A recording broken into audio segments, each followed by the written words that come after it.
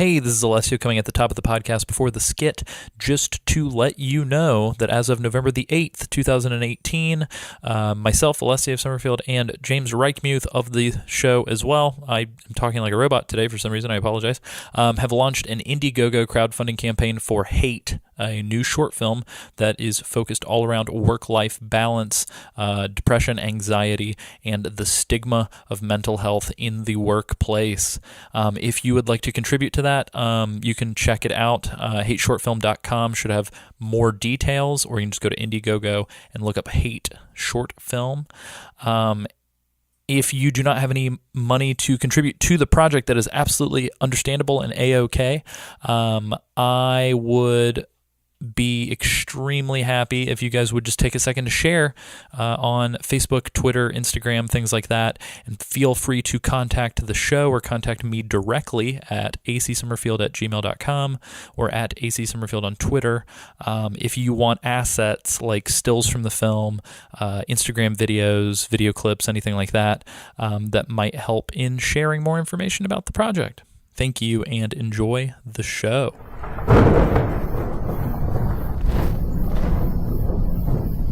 Leon Del Monte rallies his children from various timelines together for a massive raid on Castle Citrusius in the Juicy Fruit Forest.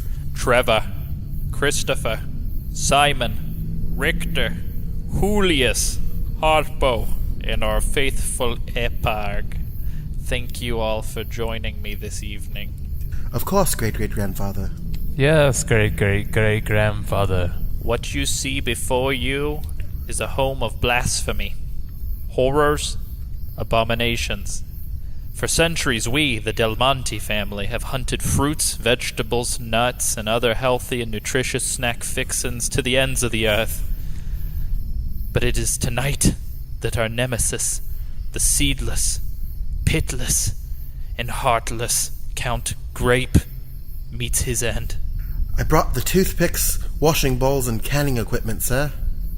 And I have unearthed this most ancient and divine of relics, the juicer. Yes! Thank you, both of you, very much. Let us quickly make haste and make wine with their blood. Yeah!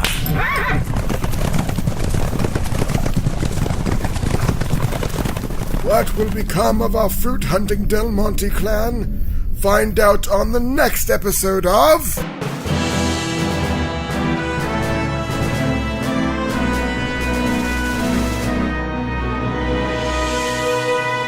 Ladies, gentlemen, boys, and girls, welcome to episode number 83 of Metal Gear Mondays, the Games Club podcast where we cover all things Metal Gear and Metal Gear adjacent, from left to right, top to bottom, inside and out, in pseudo historical recreational order. As always, I'm your host, Alessio Summerfield, and these intros are going on for far too long these days. I am joined by... Sam Wright, and this week I'm sponsored by Chateau Saint Michel. I'm drinking a dry, crisp, and elegant rosé, and I'm wearing a red panda onesie, and I feel safe. Wow, that's fantastic. And for everybody at home, we are recording, this is a day before Halloween, so the sponsorships with Sam are still continuing, damn it. Mm-hmm. Who else am I joined by? Hey, it's your boy. Your boy.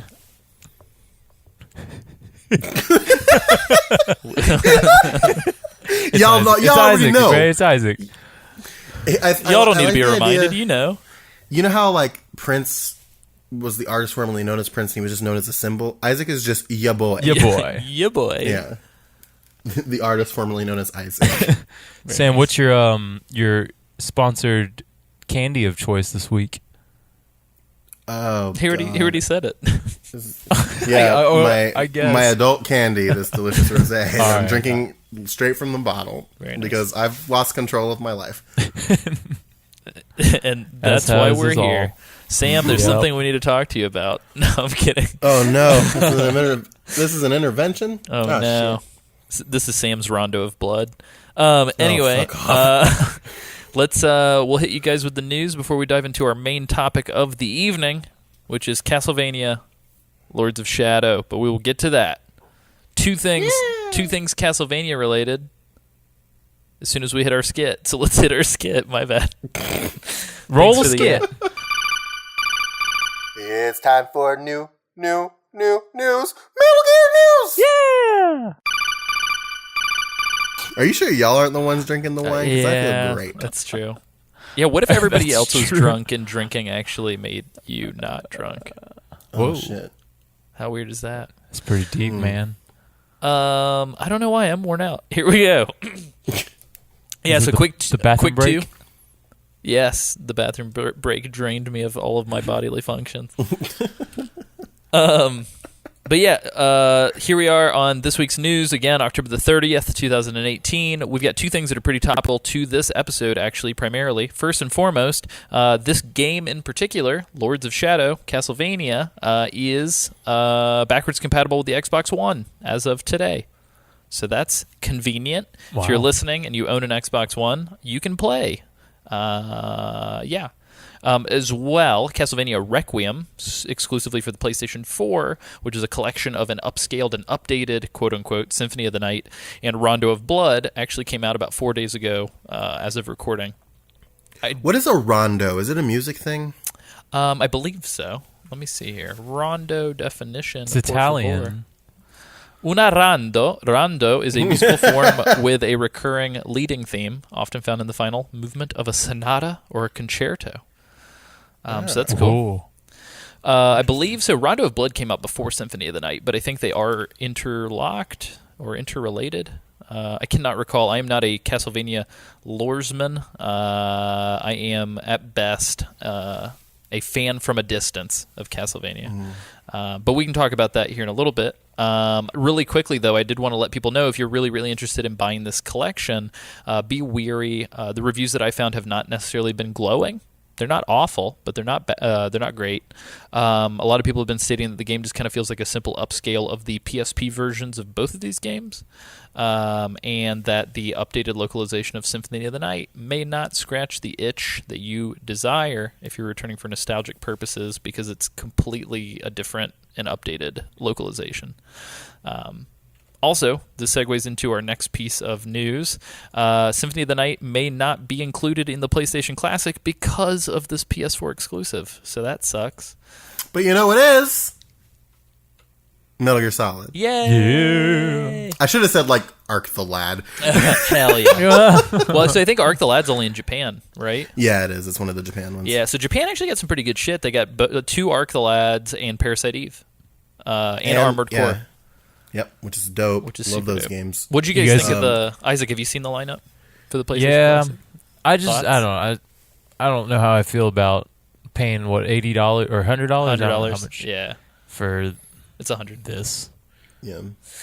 I was pleasant. So Metal Gear Solid's in there. No Silent Hill, which kind of sucks. Yeah, Resi's in the Resident Evil Director's Cut. Resident Evil's in there. I was pleasantly surprised to see Revelations Persona is on this. I was very excited to see that. Yeah. It's not the best in the series by any stretch of the imagination, but it's cool that it's included. Mm-hmm. Yeah, I read a pretty interesting article. Two interesting articles, one of which actually broke down 5 reasons why a lot of games that we all want aren't on there. The first of which being this remaster scenario that we're all in. So, like, Activision owns the rights to Crash and Spyro, which is why neither of those are on there anymore.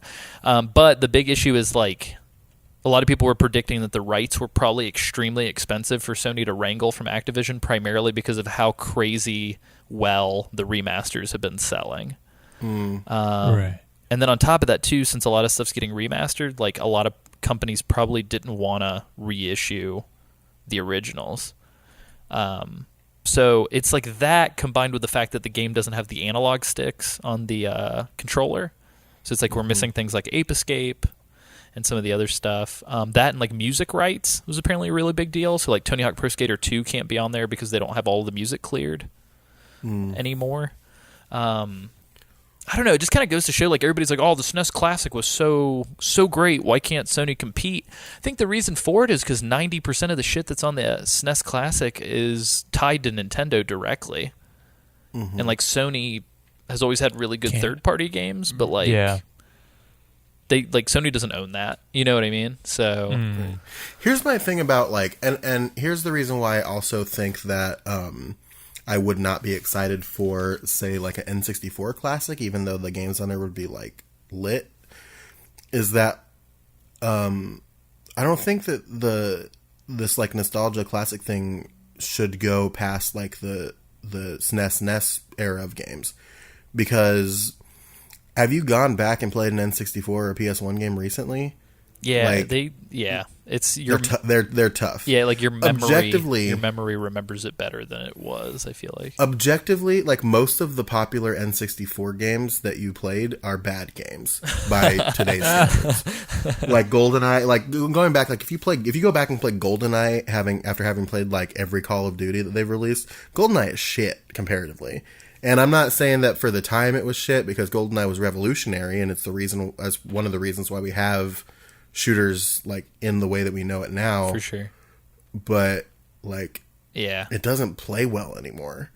Yeah, I would argue the only reason why I would not be interested in an N64 is because, like, give me an emulator and a 360 controller for those games, and I will play them any day of the week. However, I will not play them on that travesty of an N64 controller. I'm just not. I don't know. My brain does not operate in Trident controller form. Yeah, games that exist in 3D space, I think, don't have any business being on a nostalgia collection. That, you know, there are very few games that I can go back to from that era and play. Like Metal Gear Solid is obviously one of them, but there's not a lot of games that I can play from that era and still be happy about it. I may be alone in this, but like I really wanted the original Medieval to be on this collection, and I know that they are doing a complete remaster of that game. Yeah. And so again, I think remaster culture and the fact that, like, honestly the PlayStation 1 didn't come out all that long ago, I kind of feel like relatively speaking, kind of makes it feel like a weird thing, especially considering that, like, the PS2 and the PS3 natively read PS1 discs, and like it might be different if PS1 game. Here's my problem. I think it's disc-based games, because I feel like as soon as the disc-based era began, every one of those games is so easy to find them digitally today. Right. It's like the moment we jumped from carts to discs, all of those games have been backlogged and cataloged on every service forever. And so it's like I can get Final Fantasy VII on my phone right now. Like, why do I want to get a PlayStation 1 made out of plastic for $100 to do that? So I don't know. But I will say I'm not as pissed off as a lot of people. I've been noticing a lot of my friends, at least on Facebook and Twitter, seem to be like legitimately upset with this classics collection. And I don't really quite understand. But yeah, it's a weird one. Anyway, next item. Sorry about that. Comicbook.com wrote a piece on how there is no, quote, new Metal Gear in the works, based on a stream that David Hayter and Robin Atkindowns had, I think, shortly after we recorded our hot take. And so a lot of people are speculating that maybe they are trying to slow the hype train down, and maybe the voice actors are being coy. So I don't know. What do you guys think? I don't know. We still got like they ramped it up really fast, and we still got like a full month plus before we get close to where we think the news is going to happen. So. Yeah, I would agree. I feel like they kind of preemptively toyed with us. It feels like it's very, very early. They kind of jumped the gun. They're like, "Oh, look here! No, look here! Oh wait, no, don't look over here." We should have waited to make you look over here. Yeah, what have we done? I do wonder if that's what happened. If they got everybody way too hype, way too fast, and then somebody was like, "Whoa, friends, can we pump the brakes real quick?" Yeah. Hold on, friends, you might need to slow down. Oh no.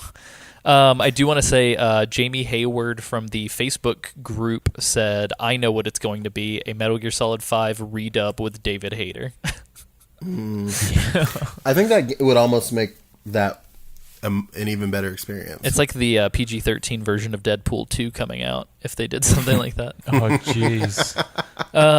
Which apparently they went and shot whole new scenes and completely like redid part of the movie just for this PG-13 version. So they're starting to say that even if you've already watched the original, you should go back again. I don't know about all that, but what? Yep. Last piece that I've got right here. So Polygon published a really good article, actually not too terribly long ago, I believe like a week or two ago, on how the Metal Gear's past mired its future, and that the nonstop self-referential homages actually prevented the series from flourishing and growing like it could have. And so I'm going to drop this on the Facebook page. I'm linking it in our notes right now for us that are actively recording. But I thought it was a really interesting read. And I don't think it felt as accusatory and inflammatory as that quick summary makes it sound. I don't think it's like as dire. But I thought it was interesting. The writer made some really good points about how the sort of Zelda-like formula of the games up until a certain point actually kind of stunted its growth in an interesting way. It was written by my boy Jeremy Parrish of was it Jeremy? I did not see that. Jeremy. Yes, sir. Jeremy of the Retronauts. Love that man. Wow. Of the Retronauts. Love that boy. Anyway. Yeah, Jeremy's great. At GameSpite on Twitter. He's that's a pro follow, I would say. Pro follow. You do that. But yeah, that is the end of our news section. And let's dive into this week's topic, which is the 2010 Konami published, Mercury Steam Kojima Productions co-developed Castlevania Lords of Shadow. Oh boy. Here we go.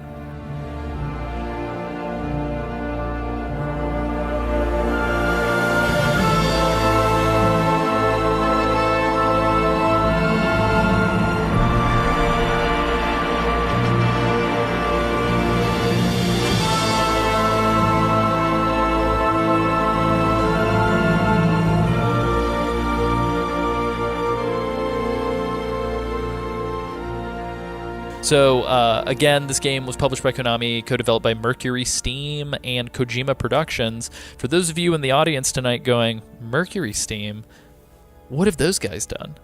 The game that they did prior to Castlevania Lords of Shadow was Clive Barker's Jericho. If you heard a little chuckle there, it's because I personally did not find that game to be enjoyable very much at all. It's like a horror first-person shooter. Have you guys touched it? I remember seeing stuff about it when it came out, and I have no idea if it's good or not because I was like, when I refused to play games that had anything close to horror in them. Yeah. When did it come out? It was like 2007 maybe. I would have to double check. Might have been like 2008. I think it was like early OG Xbox, I believe. Clive Barker's Jericho. 2007. October 2007. It was 360 and PS3. You can get it right now on a lot of websites for as little as $1.99 and as high as $9.99. So I don't know. I mean, truthfully, the game may not be awful, but my memories of it were that it was kind of disjointed and a little bit of a mess. But again, it was like a horror brute force, if you remember that game. But like first person. Brute force. You had like a squad of dudes. Anyway. They also went on afterwards to do Metroid Samus Returns, which is the 3DS remake of Metroid 2. Very similar to the development of Castlevania, they put in a bid to actually remake Metroid Fusion. And Nintendo was like, no, here's Metroid 2. And they were like, what a weird pull. Very weird. But anyway, I want to remake Metroid Fusion of all games. What the fuck? I want to remake Metroid Other M. Oh God! But Mercury Steam is based. I think Metroid Other M maybe needs it. No, yeah, for sure. Mercury Steam is based out of Spain, by the way. But yeah, so this game was published by Konami October the 5th, 2010 in the U.S., October the 8th, 2010 in Europe, and December the 16th, 2010 in Japan for the PS3 and 360. And later, several years later, in 2013, August 27th, was a worldwide Steam release, with the retail release following just 3 days after in what is known as Castlevania Lords of Shadow Ultimate Edition. I was under the impression that this had been reissued for the PS3 and 360 as well, but I don't think that's the case. Did you play the non-Ultimate Edition, Sam? Yeah, mine just is just normal. Oh no, me and Isaac have those Ultimate Editions. Oh, we the ultimate. Congratulations. Oh yeah, I'm so hurt. I guess we could talk about the differences. So the Ultimate Edition comes with the DLCs baked in. I kind of have a note about this later on in the show notes, but there were 2 DLC packs for this game that were launched after release. I think one of them came out the January following the game's release, and then the other one came out, I believe, a little bit later in May. But there are two DLCs. I don't know why I didn't write the names of these down. I think it's like Reverie and Resurrection. Let me double check. 1 second, you guys. I did a bad thing. I think it's Reverie and Resurrection. That's weird. I nailed it. Look at that. But those were released, and David Cox, the producer at Konami, refers to them as mistakes. They are sort of trying to explain what happens at the end of this game, which none of us have gotten to it yet, so we're actually not going to spoil it. So don't worry about spoilers on this episode. However, my note here is that I don't think we're going to necessarily cover those for the show unless if Isaac and I are playing and they just happen to be sort of tacked on at the end of the game, like naturally. I might push through and just kind of continue since I'm already there. If I have to go into like a sub menu to get to them, chances are I'm probably not going to do it. I'm just going to go ahead and put that out there. But yeah, so I don't know if one of us ends up doing it, or if we end up looking at a video or something, we might kind of treat it the way that Sam did his Born from a Wish from Silent Hill 2. Mm-hmm. But yeah, so let's talk about how this game got made. So for anybody who's unfamiliar, the game space, if you're sort of like a third-party developer, like Mercury, Steam, you're sort of doing contract work. So it's not dissimilar from like freelance web development or like freelance video production. You kind of put together like bids and demos and prototypes, and you submit them to people. Sometimes, and like I work with a lot of people who do this, sometimes it's for products. So you'll make a video game for like My Little Pony, or you'll make a video game for like the donut shop down the road from you, or whoever's willing to pay for a video game. Other times you put in bids with games publishers and you say, hey, we're hyper passionate, we've got a track record, here's what we've done. We're actually building a prototype for a game similar to one of the games that you have, and we were wondering if it would be okay if we could work on it. Some publishers and developers are different. So obviously, like Nintendo, they've done so now, but I think sort of original practice is that like everything under Nintendo's label has to be like under their roof. Obviously, there are certain things that are different. So like Game Freak with Pokemon was like an independent developer that Nintendo was like, we want to scoop this up. So, but that's sort of how this happened. So originally Konami was accepting bids on a new Castlevania game. They wanted to shake up the formula because they had some really bad sales on their most recent games, which was Order of Ecclesia and Order of Shadows on the DS. For anybody who is sort of Castlevania... what's the word? Versed Castlevania fan. Where are you going? Sorry, you might recognize Order of Ecclesia for one very specific reason, which is that it is Koji Igarashi's last directing of a Castlevania game, or at least the portable titles. So he is sort of the quote-unquote, I don't know, like granddad of Castlevania. He directed Symphony of the Night and is currently doing Bloodstained, which is a non-Castlevania that looks a million times like a Castlevania game. But yeah, so those games didn't do very well. The PSP title Dracula X Chronicles, which, just for context, is the PSP collection that bundled Symphony of the Night and Rondo of Blood, didn't do very well. And then the WiiWare title Castlevania The Adventure Rebirth, none of those 4 games sold very well at all. So Konami was like, what do we do? So coincidentally, around that same time, Mercury Steam shows up and they say, hey, we've got potential prototypes for new projects. And again, this is sort of based on some of the reading that I've done. Hopefully I didn't misunderstand any of this. But Konami dug the prototypes and said, hey, we want you to get to work on this thing that's like, it's going to be an original IP. And so shortly thereafter, for whatever reason, the original IP project or whatever, got temporarily shelved until David Cox, who I believe he's a producer at Konami's American brand side. He showed a prototype to Japanese senior management, and Hideo Kojima stepped up and actually wanted to give advice and help the game finish.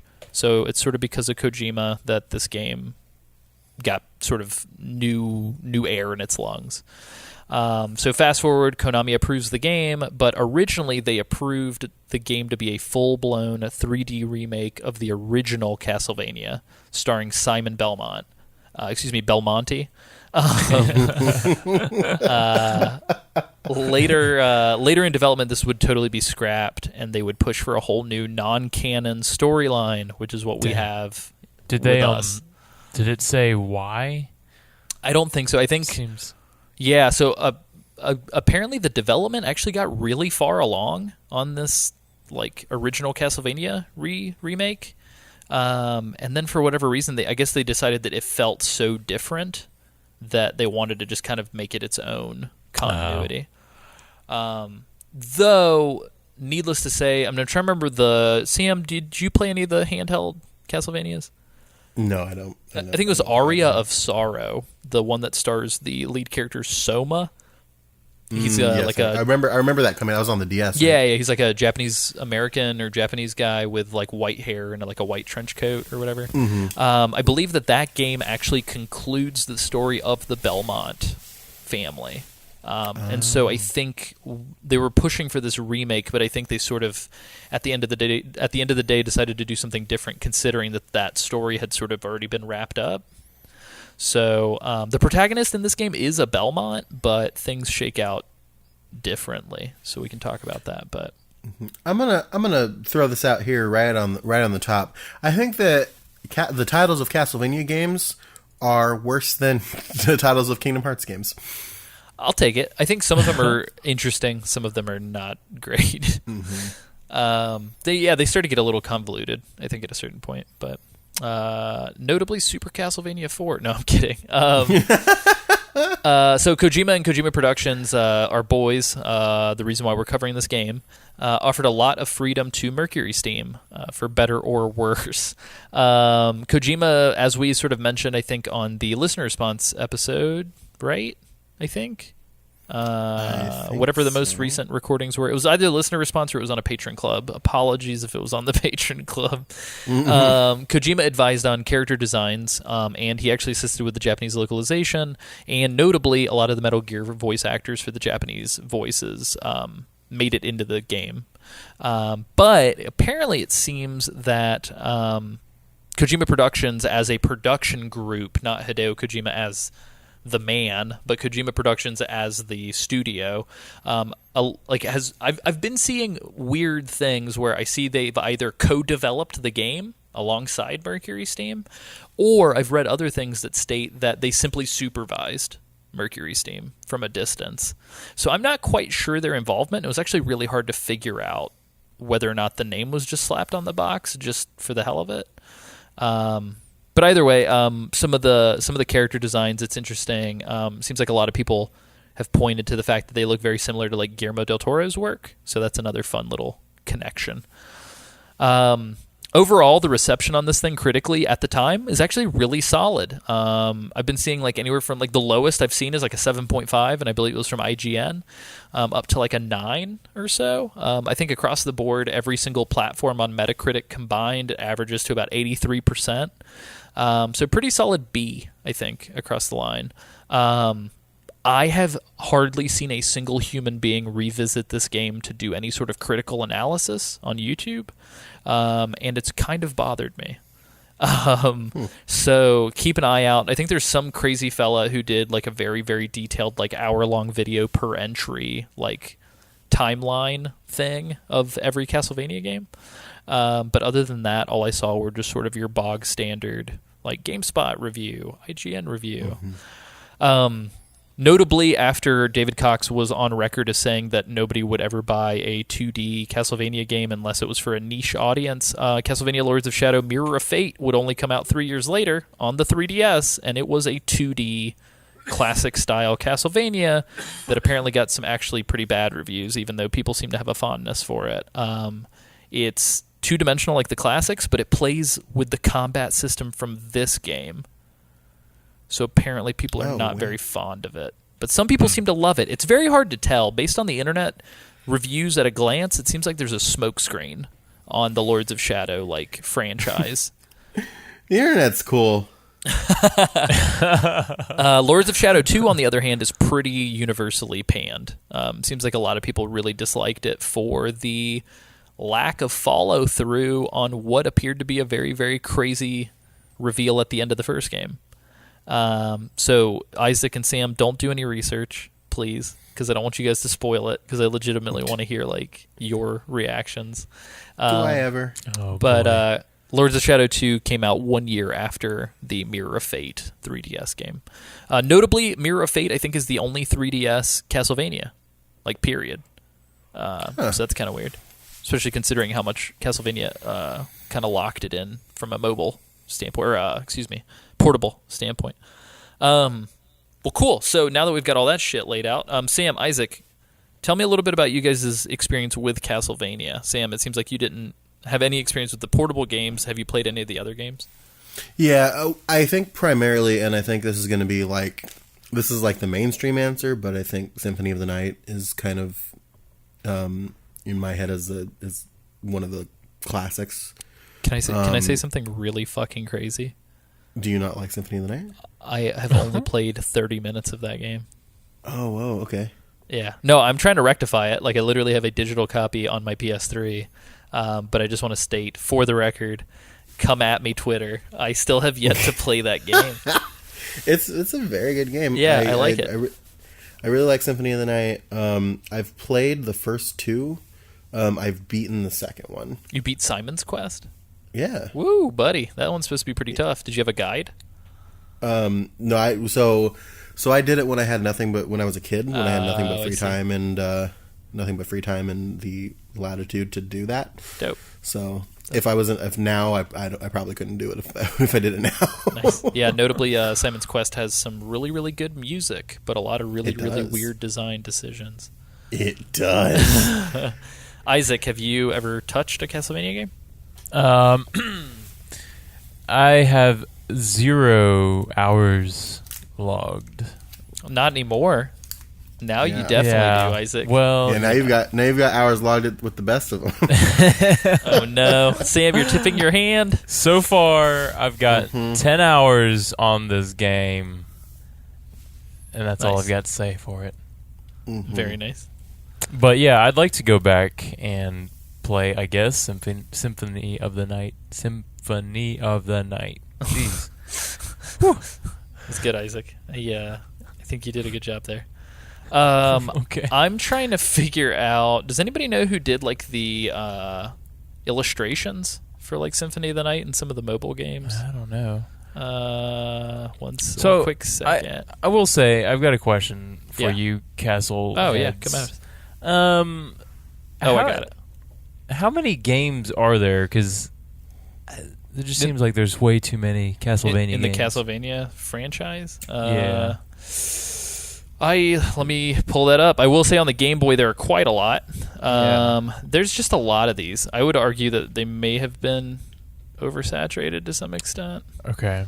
But let me double check. Holy shit, there's a lot of them. Maybe that's why I haven't really delved into Castlevania all that much. Because I always see stuff for Castlevania, and then I have no idea where that belongs. There's minimum over 20. Ugh. Oh my gosh. But I will say this, for the most part, and so I'll answer your question and then segue into my experience with Castlevania. Yeah, sure. For the most part, all of these games are pretty standalone.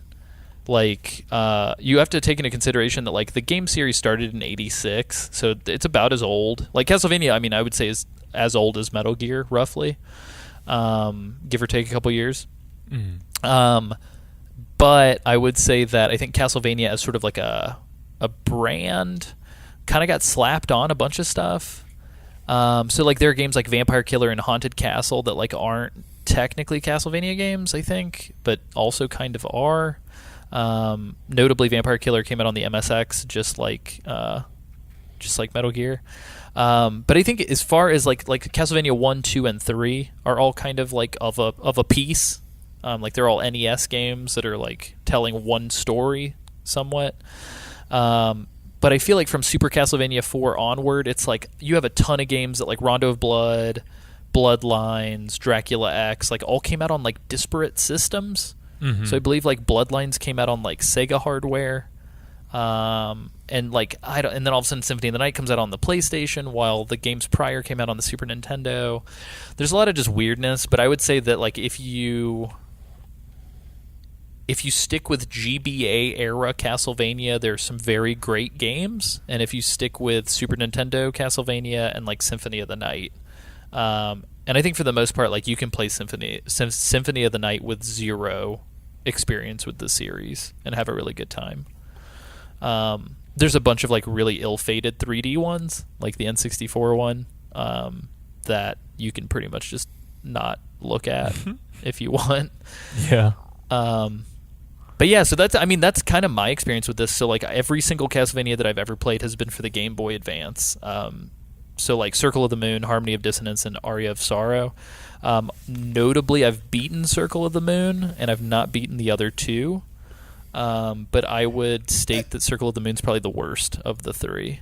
Aria of Sorrow is the only one of those games you just said that I've heard of. Oh no. Yeah, Circle of the Moon is like two brothers. I don't even think they're Belmonts. Just like two brothers show up to Dracula's castle to like beat his ass, and then they get separated. And that's pretty much the premise of like all of these games, is like a dude shows up to a castle to fight Dracula and then gets all of his powers taken away and gets like thrown in the dungeon, and then you have to like fight your way up. It's Circle of the Moon over 358 days divided by 7. Exactly.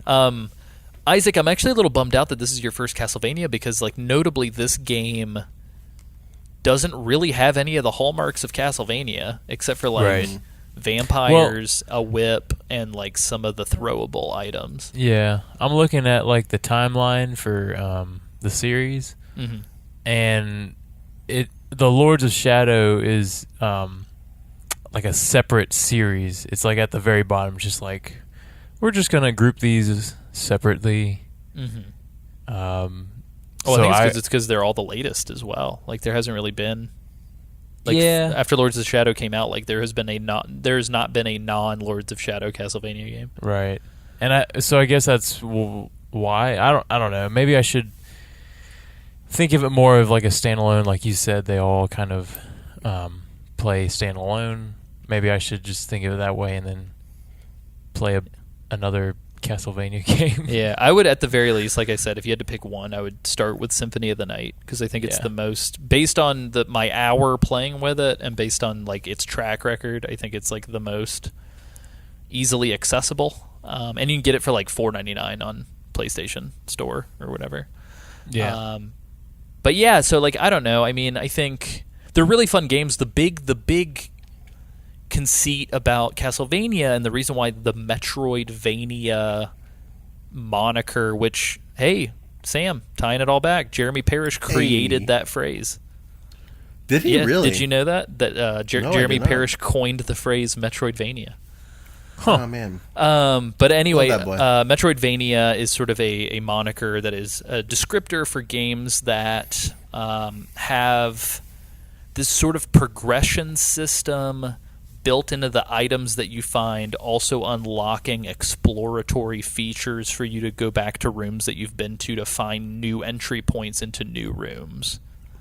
So if you imagine Castlevania, especially Symphony of the Night, sort of presents you this castle, and you sort of inspect the castle room by room, collecting upgrades that then let you double jump or like do special moves to like get to new parts of the castle that you've yet to go to.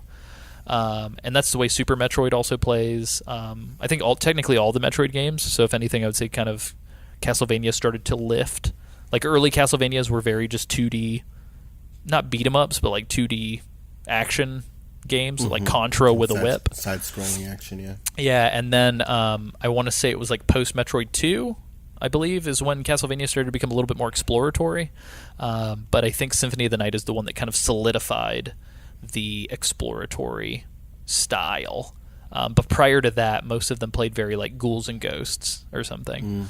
And then after Symphony of the Night, all of the mobile game or portable games that we talked about pretty much just rip off the Symphony of the Night like approach, if that makes sense. So very like RPG elements. Like Symphony of the Night not only had the exploratory, but you could find new weapons, new armor, blah blah blah blah, which I would say is notably kind of what makes this game not as fun to explore. Gripping, yeah.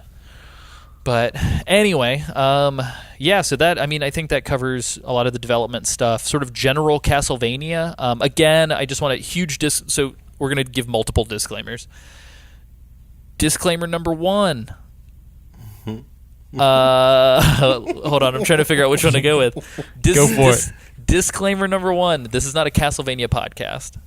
So I enjoy my experience with Castlevania. I would love to play more Castlevanias.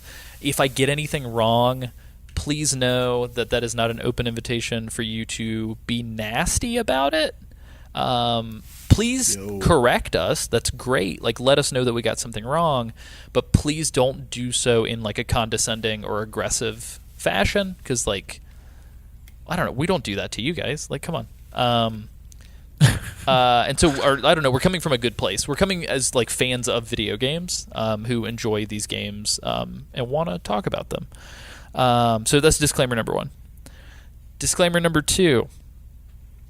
Isaac, I cannot speak for you, but I think that based on Sam and I's back and forth conversations while playing this game, I just kind of want to make it apparent that like I'm not a big fan of this game. Yeah. And that isn't to say that we want to put you guys through hell by doing 2 episodes where Sam and I just bemoan every aspect of this game. If you're about to turn the podcast off, go for it. That's totally in your right. But just know that like we're not going to bash on anything. I just want to like very, very, very articulately at the beginning state that we had problems with this game, and then we'll address those problems as they come up, but we are definitely not going to like drag you through this podcast kicking and screaming, repeating the same stuff that we had a problem with every step of the way. Is that fair? Where's the keyboard sounds in the dog in the background? Can we get that? Somebody will know what that reference was. Isaac, I don't know, how did you feel about this game in a general sense? Did you enjoy your time with it? I think Sam and I might have accidentally broached into like aggressively disliking this game territory while playing it. Which is weird because like, so James is not on this podcast currently because he has some personal matters to attend to, but like even James said that like he wasn't a huge fan, but he was surprised by how much Sam and I did not enjoy our time with this game. Yeah, I wanted to like it. So I think there are some things that are kind of forgiving, like some of the gameplay is okay. The camera is not okay. There's a lot of stuff that works against it from being a decent game. There's a very particular part in Chapter 6 that we'll get to where the camera is very much not okay. Yeah, I think, I mean, and this isn't really new information. It's weird to me that the reviews are so high. Right. But even, I would say, like, even the IGN review, which honestly, like, I kind of agree with pretty much most of how IGN came about this game. But in general, I think even some of the negative reviews essentially just said, oh, well, it kind of takes a bunch of elements from other games and kind of does them like 6 out of 10 level. Yeah. And it's like, and I don't like to put numbers to reviews necessarily, and I don't think it's like a very helpful way to judge a game.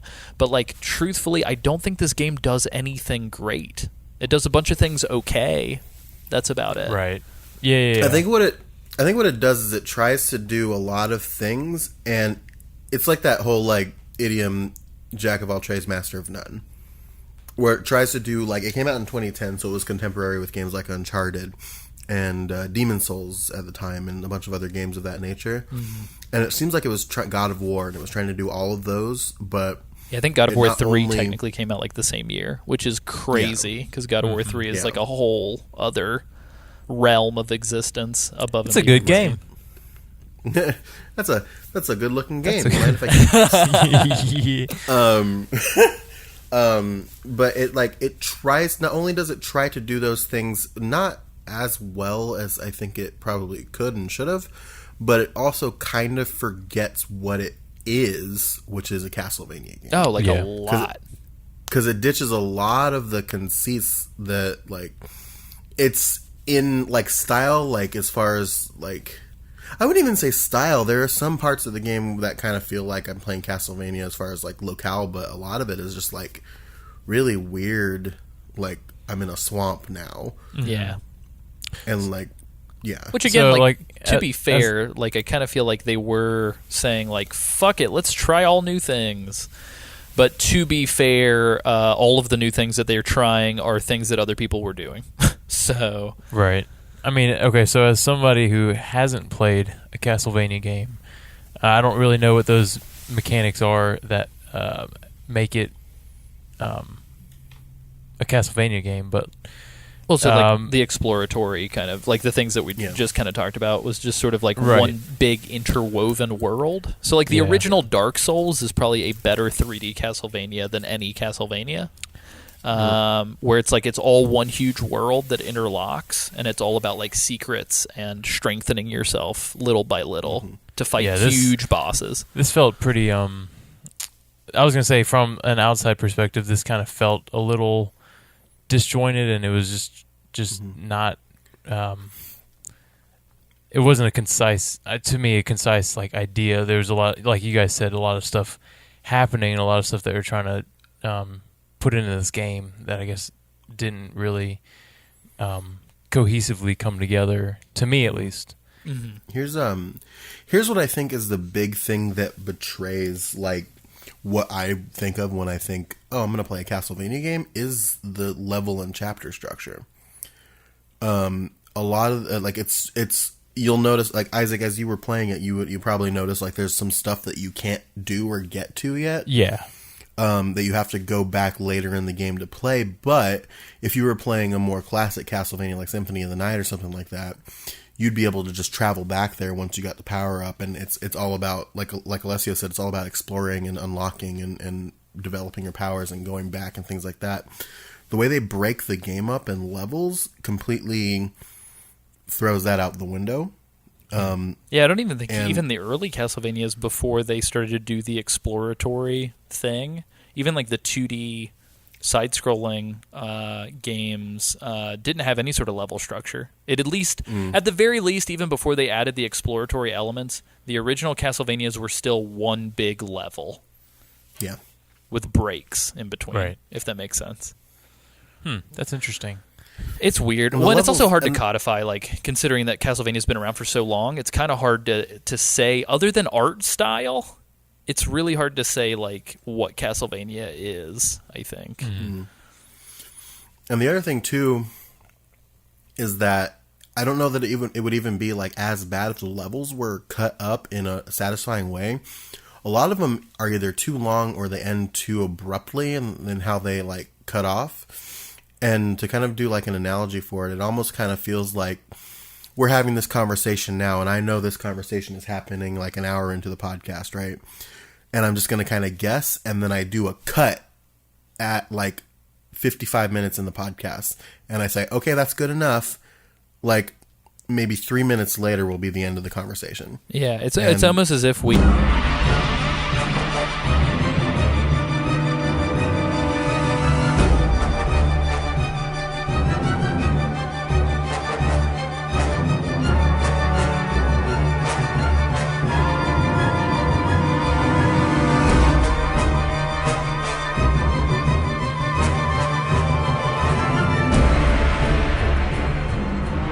Well, so before we get into the main game, I did figure out the illustrator's name. So her name is Ayami Kojima.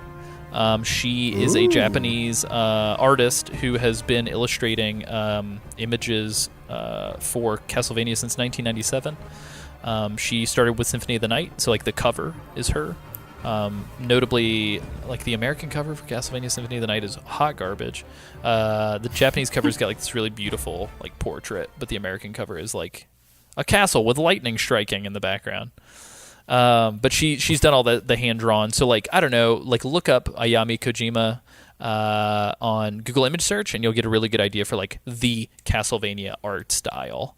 And I would argue that they did none of that and decided to go with like Gears of War boys for this game. Big ass necks. Which I hate as an art style. This game feels like a cover of a heavy metal magazine combined with like Brutal Legend a little bit and like with some vampires sprinkled in. Gabriel fucking Belmonte looks like, this is what I articulated to Alessio previously, he kind of looks like he went to the gym and skipped every day except neck day. Yeah, every single time. But yeah, so let's touch on the generality stuff just in general, and then we'll kind of dive into the game itself proper. So it's a character action platformer. I think the closest thing I can compare it to is like it's trying. I mean, literally, it just is God of War with like a different skin.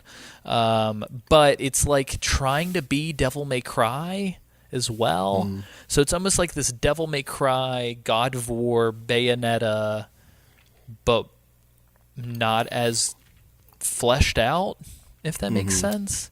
And then it also kind of pulls like ideas from like Demon Souls and Uncharted, and it even pulls like from Shadow of the Colossus in a couple places too, which is really fucking weird.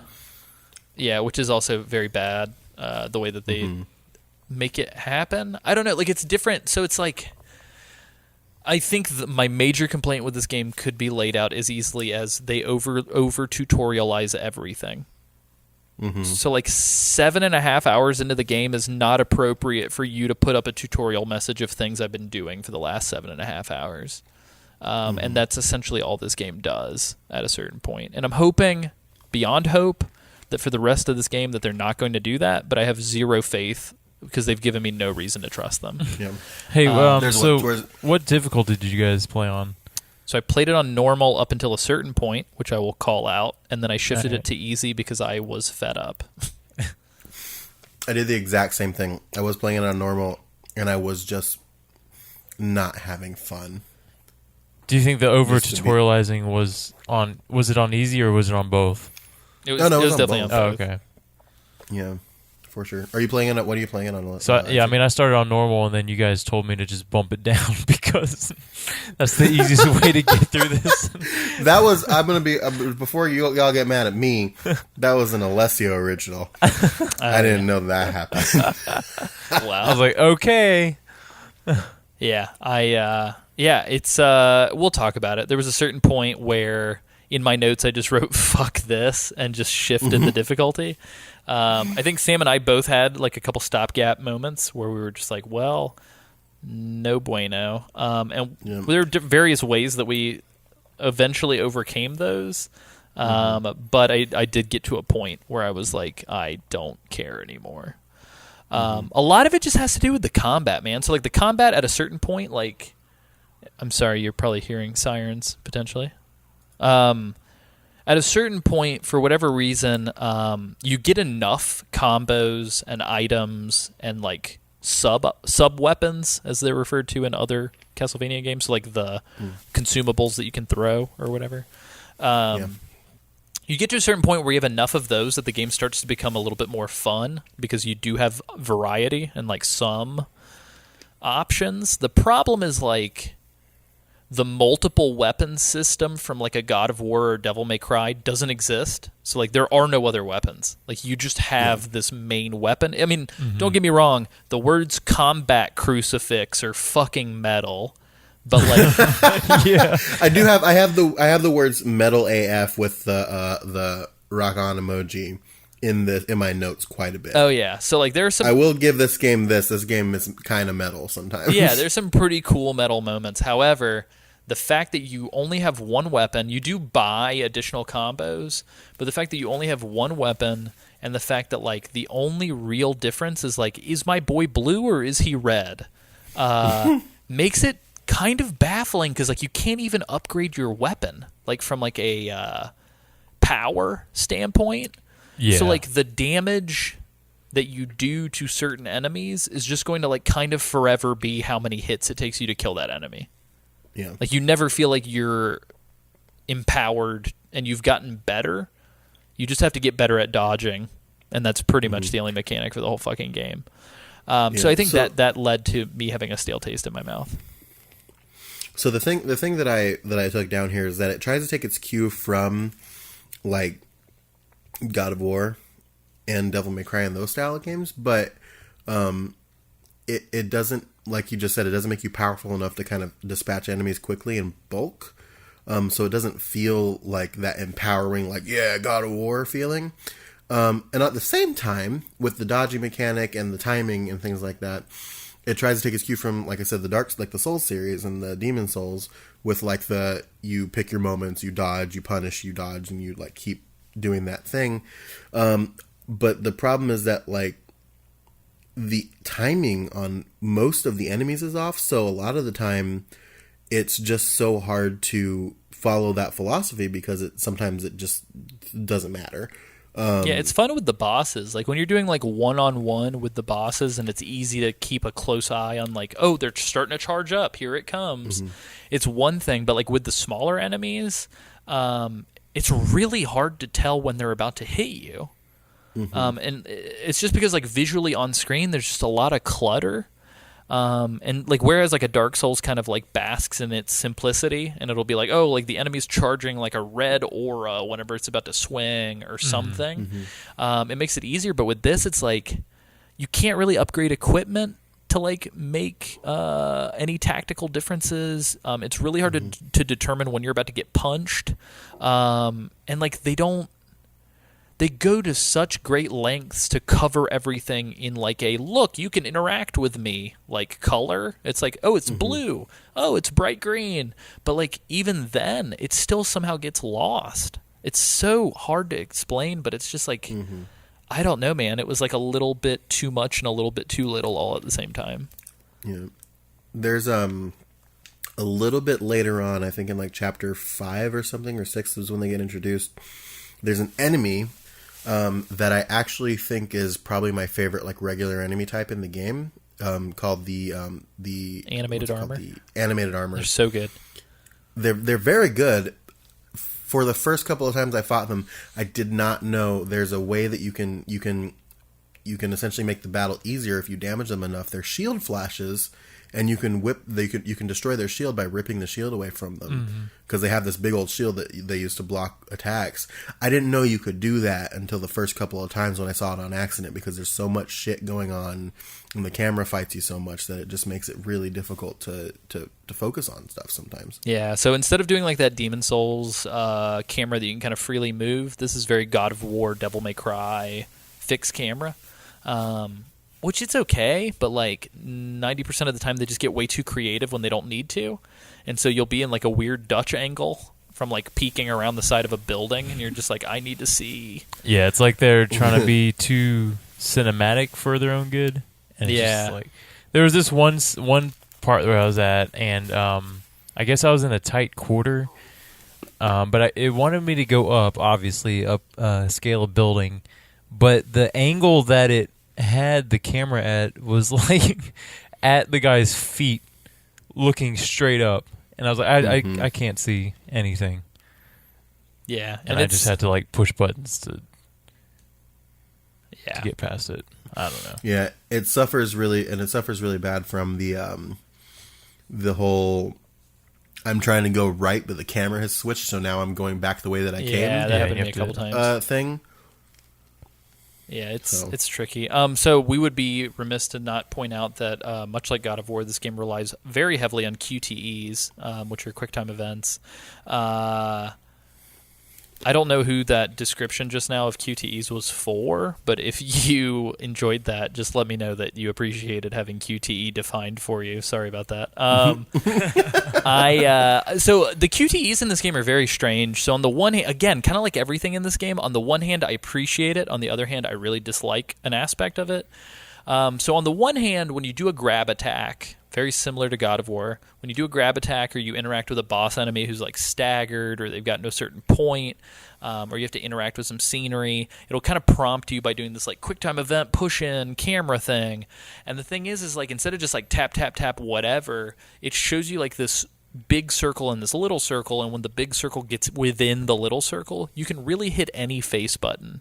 It doesn't work with the shoulders, but you can hit any of the like X, circle, square, triangle, or A, B, X, Y, and it'll just click. It'll be fine. And so it's like, okay, cool.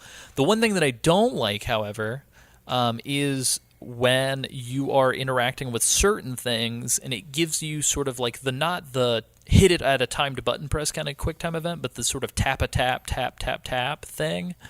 When they prompt you with that, I noticed, and I think I texted Sam about this while we were playing. I noticed in God of War, if it's like Kratos is opening a door, it will always be square, because square is your hands. You know what I mean? Like, you're using your hands. If it's ever like an X button thing, it's usually like foot related. So it's like you're running from a thing, tap X. They usually, and they stick to it. It's consistent throughout the entire game. In this game, anytime there's a tap button prompt, they randomize it at like whenever the fuck they want.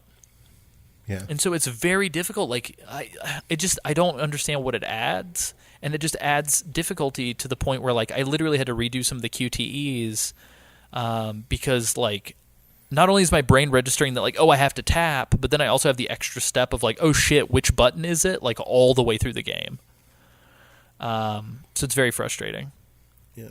And I promise we're not being a bunch of wah crybaby, like bad gamer boys. We're okay at games, you guys. Well, that was the thing. When I first started this game, I was just like, am I just bad at this, or is it? And then like as I kept on going and I started like figuring the timing of the game out, I was like, oh no, I'm not bad at this. This is just how it is. Yeah. Sam sort of alluded to this before. There is like this level structure, and the way it's presented is like it's very like Mario, where it's like little circles will take you into different parts of this world map that are drawn in this book. I will say the way that the menus are all sort of this tome. It looks very much so like a Grimoire Vice or something from Nier. It's kind of cool. Like I like the menus kind of all being this like diegetic book. Unfortunately, based on where we stopped, the book never actually is in the game at any point. So I don't know if it's just sort of like a fun thing they wanted to do. Well, it's so weird because like, and again we'll get to it, but when you beat the boss in Chapter 3, you get a piece of this mask that you're trying to find that I guess is called the God Mask, and the God Mask, I believe it's what's on the main menu. Of the book. Gotcha. So I think it will have something to do with the story, I would assume. Yeah. Likewise, all the hand-drawn illustrations for the combat tutorials and for the characters in your tome are actually really cool and really well done. I would argue that 90% of the time, the hand-drawn art looked far better than the in-game character models. I would actually kill if they did a whole 2D side-scrolling Castlevania in the art style of the book drawings. I think that'd be really awesome. Cool. Outside of that, I do want to let's heap some praise on a couple things. The music's really good. I actually really enjoyed it. It's weird. It still captures the spirit of Castlevania, but it manages to do it in a very bombastic, orchestral, cinematic way. Is it as good as original Castlevania music? Absolutely not. Is it still good? It's pretty good. I liked it. I also thought that the locales and the scenery was beautifully done. Like I thought, like some of these like sweeping panning shots that they do of like castles and horizons are just like great. So essentially, Sam is describing everything after Chapter 3. So, yeah, keep in mind, I will say I think this game, to its credit, has some really cool environments and some really cool levels. The level design is not great, and primarily the first two chapters take you through arguably the worst parts of the game right at the front, which was, why would you do that? Why would you start off in the worst parts of your game? Also, one thing I want to point out real quick is, so some of the bosses, I would say the one-on-one boss fights are actually pretty fun. There are, as Sam mentioned earlier, these like Shadow of the Colossus-esque like Titan battles. So far, I think we've only encountered 2 of them. They're okay. Like unfortunately, they suffer from that over tutorialization. One of the big issues is so the tutorialization and the QTEs meet in this awesome shit sandwich during these Titan fights, which is you have to take a very prescriptive route to get to them, which would be fine, but it doesn't trust you to be intelligent enough to do it on your own, a la Shadow of the Colossus. So they scream at you, literally characters are screaming at you. The camera is forcing you to look at a certain thing, and even the boss enemy will do a move, opening itself up to weakness, and then just sit there with tutorial messages all over your screen until you just fucking do it already. And then when you, unfortunately, if you're 3/4 of the way through fighting one of these Titans and you've chipped away all of its health and you fall down, which you are prone to do in a Shadow of the Colossus, I feel like in Shadow of the Colossus it did a pretty good job for you. I guess the way they do it from a design position is in Shadow of the Colossus, minus the last Colossus that you fight, you don't really have to hit the markers in any sort of... you can access every part of the beast, right? At any moment. And it's just the marker kind of moves that you're supposed to stab sometimes. In this, they gate it to where you unlock parts of the monster as you damage other parts. And so what ends up happening is you get about 3/4 of the way through, you've gone through 10 cutscenes of you climbing this Titan. If you fall off, you legitimately have to do all of it all over again, including watching the cutscene animations. And it's very tedious when it's happened 2 or 3 times before the end of the boss fight. But other than that, again, the bosses I think are actually okay. Specifically, the boss with the Crow Witch is fantastic. And the puzzle types are kind of hot garbage, unfortunately. There's 3 puzzles in the whole game and one very unique puzzle. The very unique puzzle is a huge waste of time. And the other puzzles are kind of copy and paste the same exact puzzle with different. Are you talking about the game in 6? Yeah, the game in 6 is. I actually liked that, dude. Okay, we'll have to talk about it when we get to it. Yeah, I thought it was okay mechanically. I just thought that it dragged. Anyway, but yeah, so that's we have to talk about one more thing, you guys. The star-studded cast. Isaac, what did you think of the casting decision in this game? I mean, in what respect? A certain narrator, sir. A certain... Oh no, Isaac, did you not recognize him? I mean, it's... are you talking about the narrator? Yeah. Yeah. I mean, it sounded familiar. I just... Sorry, guys. There's a gentleman in this game. Okay. This will be the one and only time we say his actual name. Okay. Because much like Mr. Goodbye from Survive. Oh, do not look him up. Absolutely do not look him up on IMDb because holy shit, there's a huge spoiler where it defines who it is. Yeah. Character named Zobek, played by, who is a member of... Gabriel's Order, his brotherhood. Played by Sir Patrick Stewart. So he sounded like it. I just didn't want to yell out the wrong name. Isaac didn't want to be wrong. I just wanted to make sure you Ian knew. McCullen. Oh, no. Also, notably, I just realized Gabriel Belmont is voiced by Robert Carlyle, who is known for Trainspotting, The World Is Not Enough, and The Full Monty. He's the dude in the original Trainspotting with the real shitty mustache, who's very Del Monte. You said, yeah. Who I guess is also in 28 Weeks Later. He's the father who lets his wife accidentally die at the beginning or whatever. Very weird. Did not realize that guy was a voice actor in video games. He does not do a very good job in Castlevania. Also, notably, Gabriel's fallen wife, who I'm sick of hearing about, is played by Natasha McElhone, who people will know from movies like The Truman Show, Ronin, or Solaris, but also she plays David Duchovny's wife, Karen, in Californication. So that's interesting.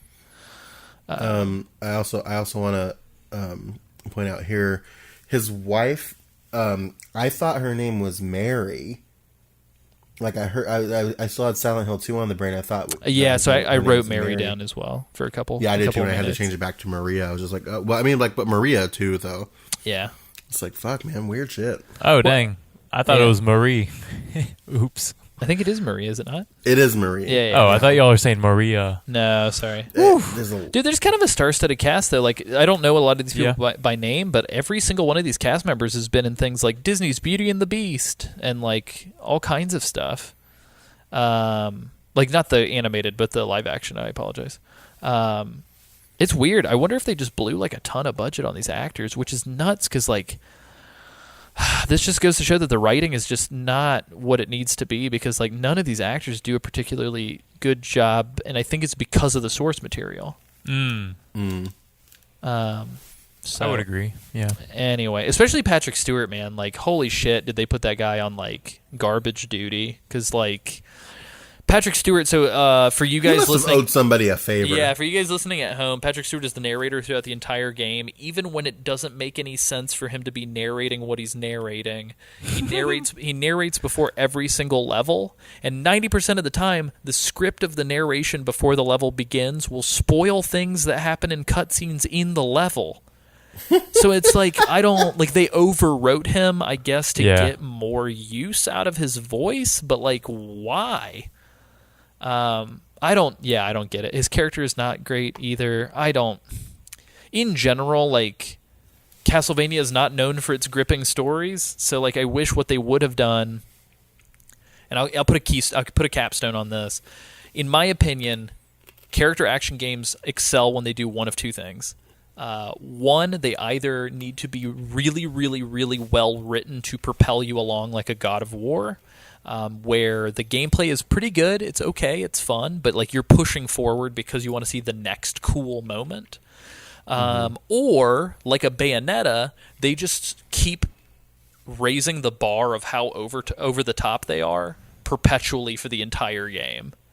This game does neither of those things. So like it's not very well written. There's not a very compelling story. I don't want to see a character do anything, and like the bosses and the deaths and the set pieces aren't getting cooler over time. It just kind of is what it is from the beginning forever, if that makes sense. Mm-hmm. But yeah, that's my hot 50 minutes on Castlevania. Cool. Do you guys want to dive into the main story stuff, or Isaac? Yeah. Did you have anything that you wanted to add that we maybe didn't exhaustively state? I know we're like bashing it. Are we? I didn't mean to be bashing it. No, I mean I'm being critical. Maybe I am. Bashing critical. it. I'm sorry. I'll walk it back. So I mean, I will say I enjoyed most of this game. I will say it's just some of the things are like annoyed me, and it annoyed me to the point where it was just making it really bad. So it's a decently enjoyable game, I will say. Yeah, I think it feels like the best way that I can frame it, at least from my standpoint, maybe I'm just being a snob, is like it feels like it should have been a movie tie-in, and they just didn't slap the movie license on it. Yeah. Like it feels like it could have been like a Lord of the Rings game or something, like a movie the music tie-in kind of from reminded like the PS2 me of era. Lord of the Rings, yeah. Do you think There's like a lot of stuff that kind of feels a little bit lifted from it sometimes? Oh, that's right. Yeah. Yeah, some of these chapter Do you think titles are great. the high praise was because it was a Castlevania game? They kind of Sort of like gave it a little head felt like start. they had to. Yeah. Yeah, I don't know. I would like to choose that. I would like to choose to believe that people wouldn't do that, but who knows? Oh, you know how it is. You though. know. You know how we do Gabriel Belmont it. All right. continues on his journey. I think He is alone now. Sam's finally hitting the middle of that wine bottle. Got I it. think. Yeah, how far are you on that Yeah, bottle give us of the wine? wine bottle alert. Yeah, I'm about halfway. Oh shit! Dang, look at that. dude. I sensed it. I'm a vampire. Yeah, so let's talk about the story really, really quickly. I don't know why the way that my notes are structured. It's like from the moment I turn the game on. I really want to just point out, and I'll drop a marker here so you guys can hear it. This Mercury Steam logo boot up sound at the beginning of this game 100% sounds like the opening to the Teen Titans theme song.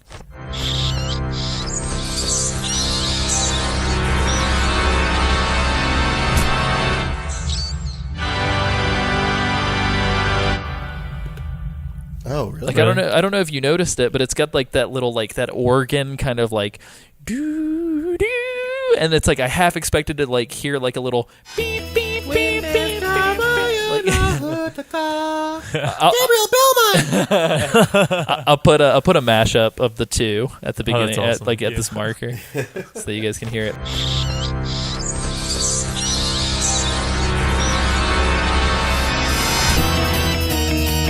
When there's trouble, you know who to call. Gabriel Belmont! Also, real quick, talking about time.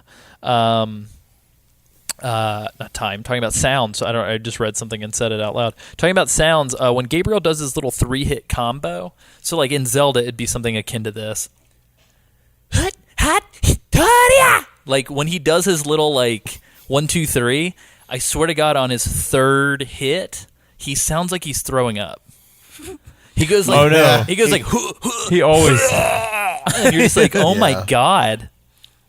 like when he's Are you scaling okay? You need walls. some water? He's like, Do you guys think that they had somebody voice Gabriel in the cutscenes that was different than the one who did the grunting? Because it kind I of think feels they like that. gave him misdirection. They're like, hey, act like you're passing a kidney Ew. stone. yeah. And he's like, okay, I guess this is gonna happen sometime in the game. Yeah, let's do it. My dog just farted really bad. Frank the Stank. So bad. Dude, Frank's dying. Take that boy to the vet. Frank. Yikes. right, Yeah, so anyway. Castlevania Lords of Shadow is a prequel to it's its All own of it? timeline, but it's just the beginning. Whatever. So part 1 is the Besieged Village, chapter 1, part 1. Very goofy movie monologue, B-movie about like light versus dark, spooky rainstorm in the woods. We established this goofy struggle that like mankind is fighting a vague evil during a tumultuous time. Our character kind of rides into town to help hold back the evil forces, and he just pulls out this metal cross that is also a whip, and then we start fighting werewolves in a tutorial. What did you guys think about this tutorial? It feels really goofy. Yeah, like the villagers that are there, they're like wanting to help you, but all they have are torches. Yeah. So And they, it's raining, and I'm just like, I yeah, don't know, it's how's the rain- torch not going out?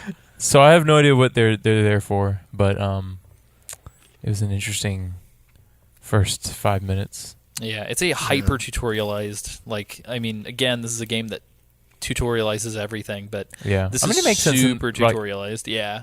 it makes sense You know, here. like, Also, notably, I feel like other Castlevania games have done a really good job of kind of telling you what to do based on simple visual direction in the early games, like very Mega Man X, very okay, Mario. Ego Raptor. Yeah. But I feel like in this game, as opposed to sort of like giving you, I don't know, I guess the other games have started you out kind of at the front of the castle in sort of like a vaguely empty hallway for you to kind of experiment.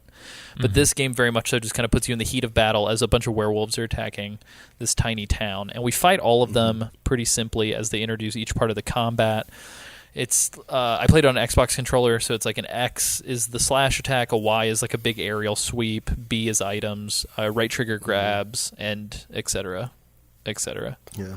It's similar. So it's square is the regular attack, triangle is the aerial sweep, and circle is items, and X is jump.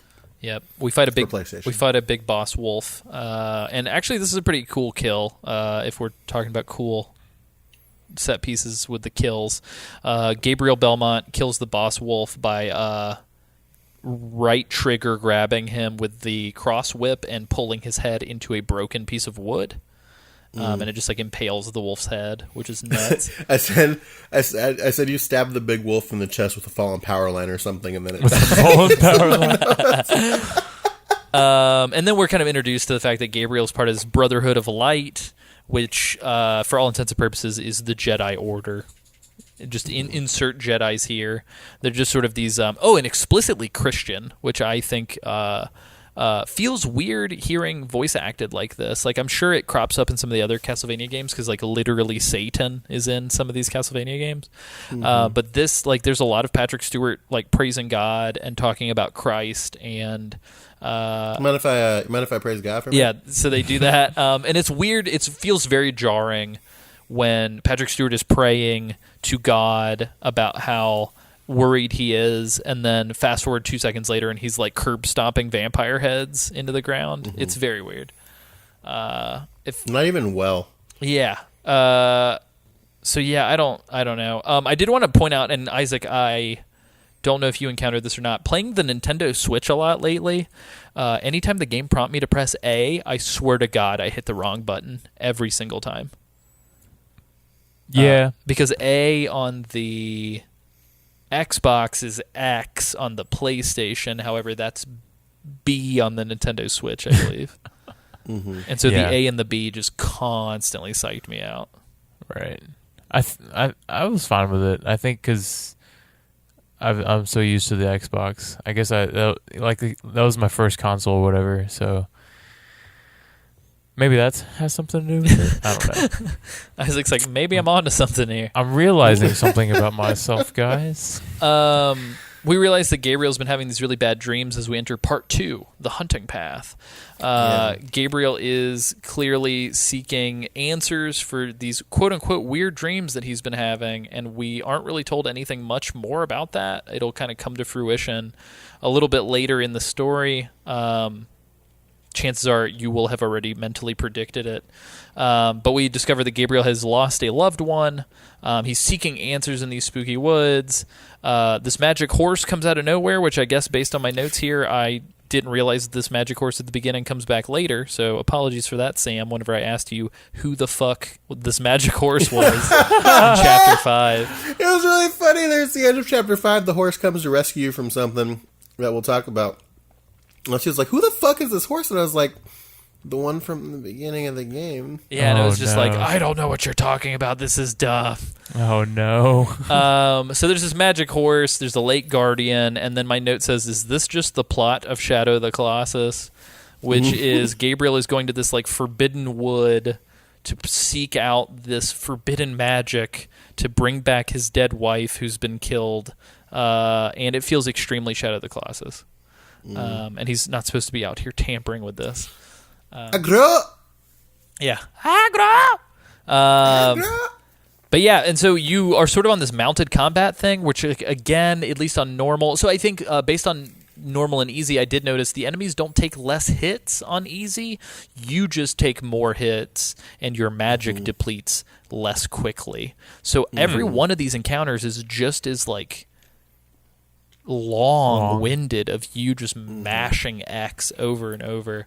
So you're I don't know, you're on your horse and you're being attacked by goblins on werewolves. Wargs. They Excuse are. me. Yeah, Wargs. the big wolves. Are Taking it wargs. from Lord of the Rings. But yeah, I fell off of this horse twice, and I don't know if it. Actually, I do. So I went back at the end of Chapter 3, right before I went and faced the boss. I went back to a couple of old levels in Chapter 2 with a guide in hand, just to collect some like life gems so that I could boost up my health for the battle. There is one gem in this level. And I played it again, having gotten better at the QTEs, so I didn't fall off. They forced you to fall off of this. They like it's very Looney Tunes that Gabriel, he like turns around to look behind him, then he turns around, he gets like whacked in the face by a tree and falls off and has to fight a bunch of wolves on foot. So he's like Belle's grandfather from Beauty and the Beast before he gets it's fucking hilarious. snatched up. Yeah, it's ridiculous. Yeah, so your punishment for getting knocked off is you just have to fight a bunch of dudes. They kind of introduced this like weird witch time kind of move. So like when enemies are swinging at you, if you time your parry correctly or your dodge correctly, no, I think it's your block. You kind of go into this like little slow-mo thing for a second. I honestly completely forgot it existed and triggered it only one other time after this tutorial. When you jump, you then end up jumping over this ravine on this horse as the horse is dematerializing, and based on the shot composition, it felt very much so like the opening of Symphony of the Night when Alucard jumps over the drawbridge. And I'm quite positive they did that on purpose. And then we get this Lord of the Rings ass travel montage. Did you guys get that? Yeah. Of course, man. It happens like 6 times in this game. Yeah. It's the same music and everything. Like, my favorite one is at the end of chapter 3, right before chapter 4. Is it involving a friend of ours who can fly? Yes. God, it's so goofy. And this takes us to part 3, the Dead Bog. The guardian of the lake can help Gabriel with his unrevealed task at this point, which I've already established. He's trying to bring back his dead wife. Essentially, so check it out. It's very weird, actually. The book kind of spoils it. So if you crack open the book during these moments where you find these scrolls, or if they talk about a character in a cutscene, or if you kill a character, you can press the back button, or I'm assuming select on a PS3, and it opens the book, the main menu, and you get these little like lore nuggets. And so it spoils the whole story of Marie being his murdered wife before the cutscene of the game even tells you. And then you've got these Brotherhood Knights that you find, these dead guys that kind of have these like BioShock audio log-esque scrolls that you have to pick up, which after a certain point, I just kind of stopped reading all of them. There's a lot of wall-mounted climbing, as Sam mentioned at the top of the episode, very like Uncharted feeling. It works really well when the grappling comes in from the combat cross. I actually really enjoyed that stuff. Did you guys have a good time with these crawling sections? Or climbing sections? I did eventually. I did not at first, but I think, like you said, once you get the hook tip power up for grappling, and once you kind of get better at the timing of the jumps, it's Uncharted. It feels like Uncharted. Yeah. This next section kind of brings us to this clearing where we discover these goblins, which are these little dudes that throw bombs at you. In the cutscene, Gabriel takes a very long time to move out of the way of the bomb or do anything about it.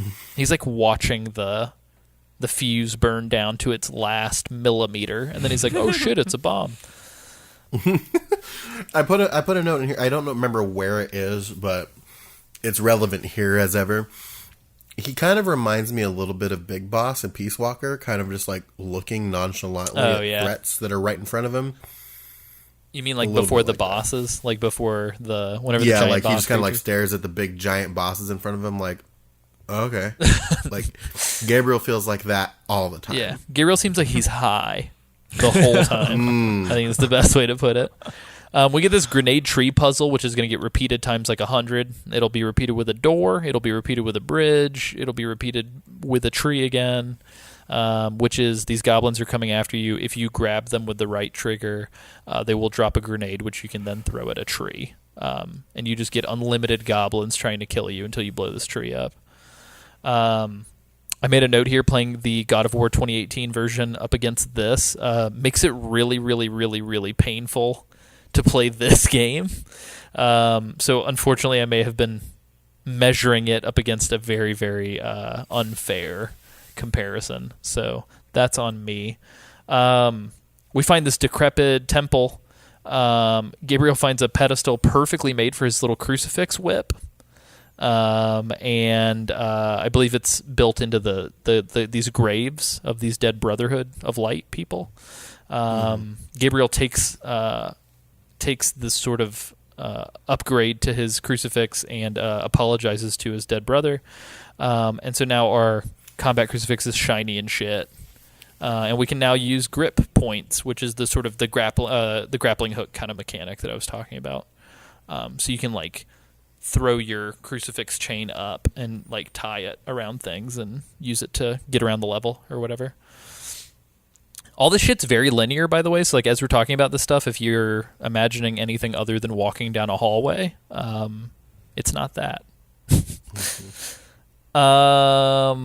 Yeah, so there's a couple points where I feel like the paths will branch temporarily, but they never really tell you which one is the critical path. There's no real delineation. It's just like most of the time I accidentally went down these side paths and found upgrades. I didn't even really realize that was a side path until I hit a dead end. I don't know if you guys encountered that. Yeah. Yeah, I think so. I feel the same way. It's really weird because like how the combat is structured and the way that the combat builds on itself and kind of, I guess, upgrades are super needed and critical, and they hide them in some very like really garbage places. Like, are you talking about like the health upgrades and all that? Yeah, things like that. Like you find them in these like off the beaten path areas that are really hard to see or find sometimes. Like the one I talked about, I went back and I got the life gem in that hunting path, mission level.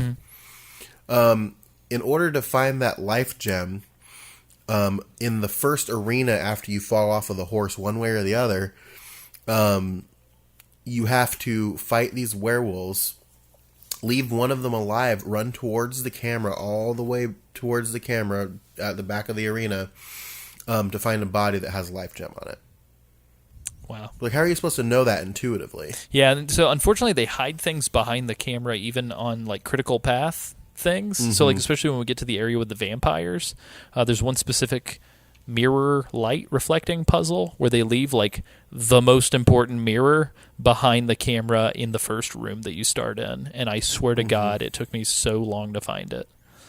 So yeah, it feels really weird why they do that. But yeah, we end this part with this like side-scrolling Uncharted kind of jumping platforming section, and then we enter Pan's temple. Guillermo del Pan himself. I was going to say they missed an opportunity to call it Pan's Labyrinth, but whatever. Yeah, it's fine. There's a Pan's temple, and then there's a labyrinth level, but there's not a Pan's Labyrinth, and I'm really upset about that. Yeah, at least thus far, there might be one. The load screen narrative here definitely spoils this amulet that you're going to get in the middle of this cutscene. I don't really understand. So this game, it dabbles in like Judeo-Christian iconography. So obviously, again, we've got like the sort of Lord of Darkness. We've got like whatever. We've got the devil stand-in. They talk about God a lot. However, I don't really understand what this game's trying to do because the game also establishes that there are these old gods. So like, are we in a Judeo-Christian world or are we in like a pluralistic world? Like I don't quite get what it's going for. Maybe it's trying to say that like all religions are true or something, but essentially Gabriel is like he's appeasing an old god to bring his dead wife back, and so Pan is kind of allowing him to do this, or has to sort of approve of him doing this.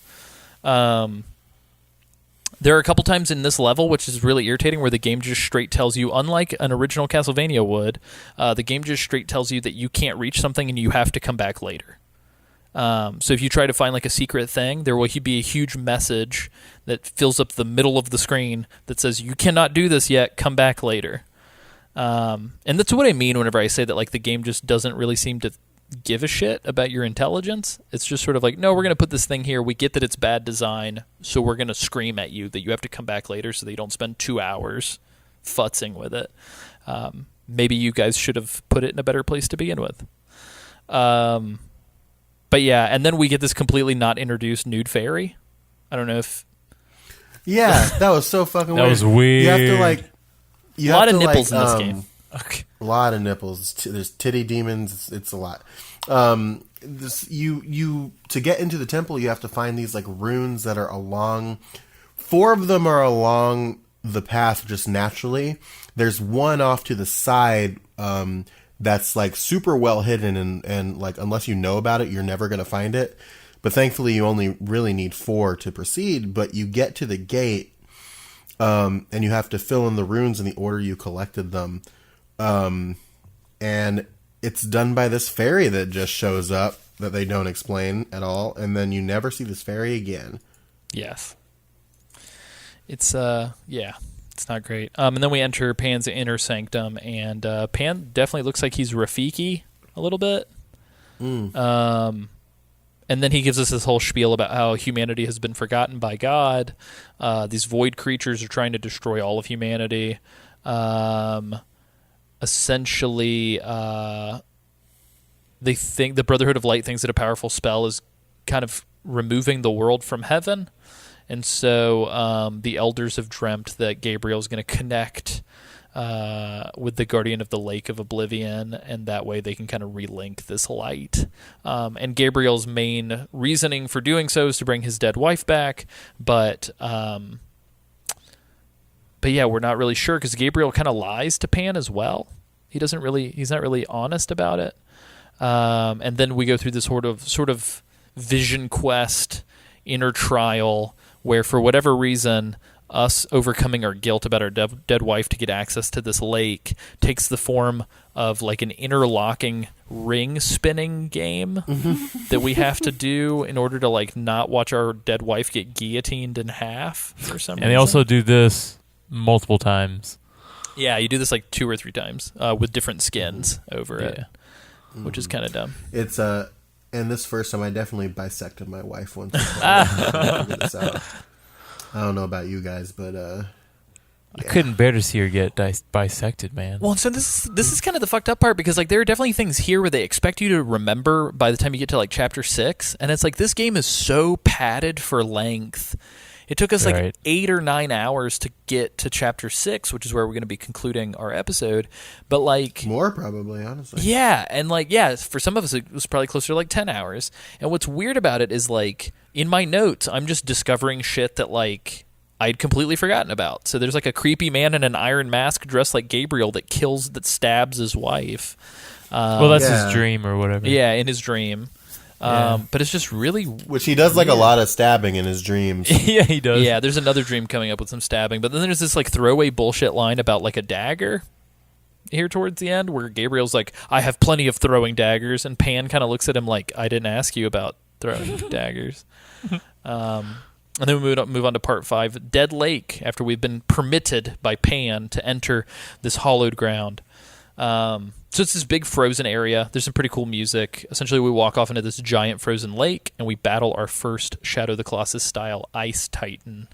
One thing that I found to be really, really funny is in the description for the Ice Titan in the menu, it states that it's a holdover from some great European civilization that predates ancient Greece. Yeah. And it's been reanimated by some nefarious magics. So we're fighting this giant. How did you guys enjoy this guy? I thought it was okay. I mean, it definitely took its roots from Shadow of the Colossus and didn't do it. It's like a baby Colossus. Right, yeah. I was like, oh, this is bringing me back. But it definitely makes me just want to play Shadow of the Colossus because... Yeah. I was very curious about what you thought about this and the other one that we fight because you're like Isaac, you're on record as being like a big like Ueda fan and like of those games. Oh, I love them.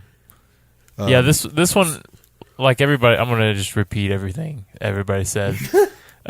It's over tutorializes. It tells you what to do at every step of the way. And everything is very obvious what you have to do, pretty much. It's just like, can you do it without messing up? Can you hit the buttons? Like it's it's a step away from just doing it for you. Like right. It's just like I think it was like a few degrees off of being a really good boss. Yeah, battle. It was just kind of handled a little bit like inelegantly, I think. Yeah. Like the aesthetic of it. Oh yeah, this frozen lake with this giant ice titan in the middle of it. So it's good. Pretty cool. Yeah. Would have been a killer like Dark Souls arena. You know what I mean? Yeah, for sure. Like the game, like I said, the game's aesthetic is usually on point. Usually. Yeah. Except for but Gabriel's like beefy neck. Yeah, except for for sure. But in general, I think that like it's just like there's something about it. It's just handled inelegantly. That's just like this could have been a really cool, awesome battle and a memorable one, especially for like the first real boss of the game. But it just kind of wasn't. Yeah. Unfortunately, too, it's like at the very end of this fight, Patrick Stewart's character kind of like, it's weird, like at least the way that I was playing, like where I was at on the boss's body, when it cut to the cutscene, suddenly Gabriel was being thrown off, when prior to that I was like, in the cutscene I was being thrown over the shoulder of the creature, when prior to that like I was on its head stabbing it. And I was like, what just happened? So it feels like it kind of like arbitrarily is like, now the boss is about to kill you so that we can go ahead and get Patrick Stewart in here. The game, it does that a lot too. The game does a lot of things that requires suspension of disbelief, but in the direction that you don't really expect. Right. Like usually when you say you need some suspension of disbelief, it's because the character is doing something like fucking ridiculous that wouldn't be able to happen. In this game, things happen like Gabriel struggling to climb up the edge of a cliff after you just climbed up an entire cliff face effortlessly. Like shit like that happens all the time, and it's really off-putting and strange. It's kind of like playing Dungeons and Dragons with like a bad DM, where he's just like, "Hey," and you're just not going to be able to do this right now, and you're like, "What?" Actually, that's a really good that's a really good thing. It's just like sometimes Gabriel in cutscenes just rolls a 1. Yeah, and yeah, it's that's all. It's rough. But after you kill this thing, like very Shadow of the Colossus inspired blue smoke kind of leaves the creature's body and then enters Gabriel's body. They don't repeat this on the next Titan fight, so I was kind of like weirded out that they did on this one. But we see Gabriel's dead wife again, Marie. She kind of feeds us enough MacGuffin, Deus Ex Machina bullshit to just kind of push the story along. There's not really a lot of thought, I don't think, put into kind of. She's like, "You have to go," and it's like, okay, and like that. Okay, cool, that's it. And then we get Zolbek Zadornov. So Zadornov shows up. Not sketchy at all, and says that he's here from the Order, and we just believe him. Right. Yeah. Because we just do. Like, and Gabe's just like, cool. Let's go. Yeah, and then and Zardoz tells us about this super secret prophecy, because of course there's one, because this is that kind of game. And I wrote in my notes, I feel like I could have written this cutscene at a bar with a crowd of people around me. And thus begins our quest to kill all of the big baddies in the world to get the moon juice to relink heaven and earth and resurrect Gabe's dead wife and provide everyone with Teslas. And so that then becomes the crux of the game is now we have to kill the titular Lords of Shadow, of which there are 3. And again, they're trying to do this big badass, like, the pantheon of the gods, we have to kill them all, but we don't see or really hear anything about them yet. Yeah. They, in chapter 3, how the first one you get to explains like what the Lords of Shadow are, and I think that's actually a really cool, like, we'll get to it obviously, but I think that's actually a really cool like story element, but they just don't do a great job of making it feel urgent here. Yeah, and Zordon gives us a magic gem that does pretty much whatever the hell we want it to for the story's sake, and then we forget about this gem for a very long time, and then cue another bad travel montage, like literally the exact battle montage, travel montage from earlier, like almost to a T. And Sam, you pointed this out to me. So before we pull out, Zed says to us, like, "I'm going to go deal with the vampires. You go deal with the werewolf people." And we're like, okay. He doesn't. And then we'll meet up and we'll deal with the necromancers, and that's fucking awesome. Yep. This motherfucker narrates he narrates the beginning of the game, and it kind of makes sense because like it is established that he is following Gabriel. But they split the fuck up, and he's still narrating Gabe's story. Like, what the what's going on? Well, and he reveals later on, too, that he's following Gabriel in the narration. And I'm like, dude, you said you were going to go do this thing. Mm-hmm. It's super goofy. Anyway, so we enter the Enchanted Forest. So we're going to fight some Lycans, the werewolf people.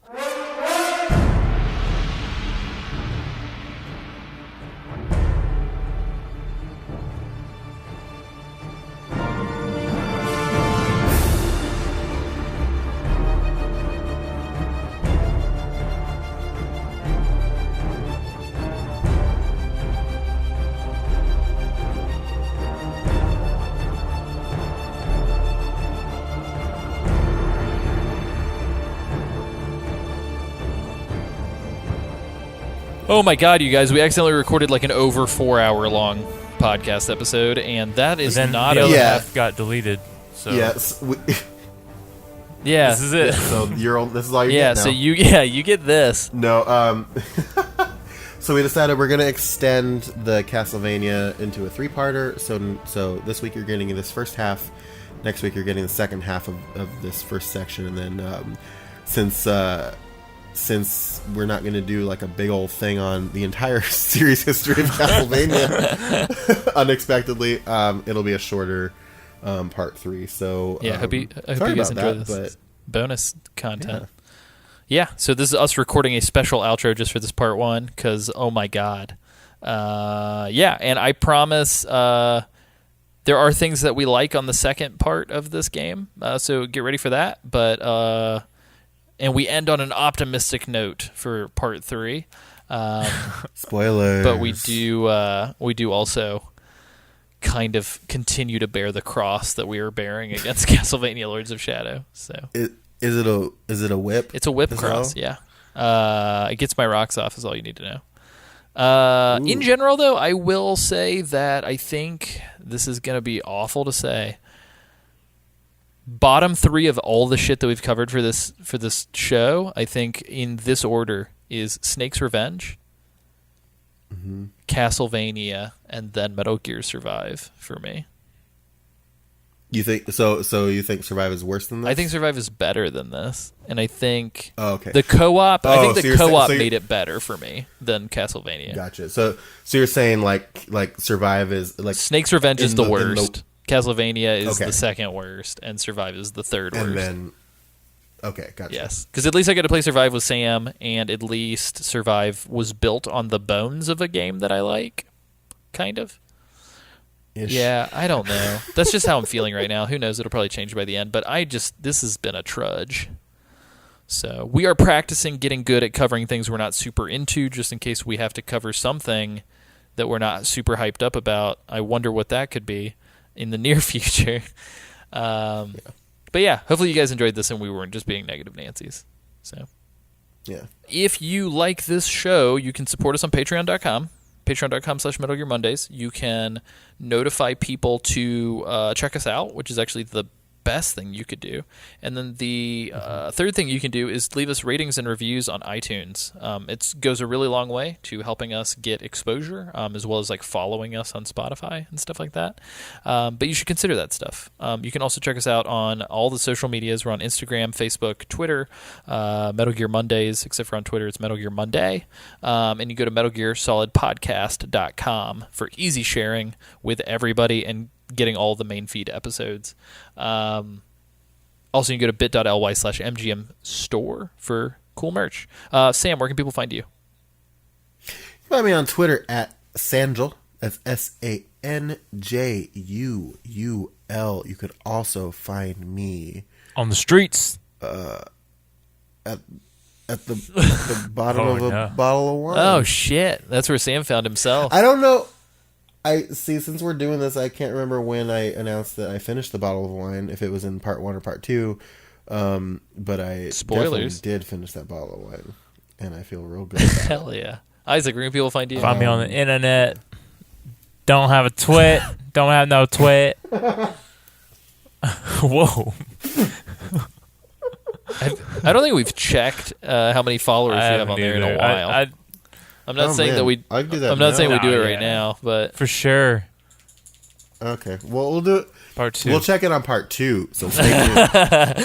so stay tuned next week, or literally for us in the next 7 minutes. But yeah, that's great. You can find me at AC Summerfield on Twitter and Instagram, and at pretty much anything AC Summerfield.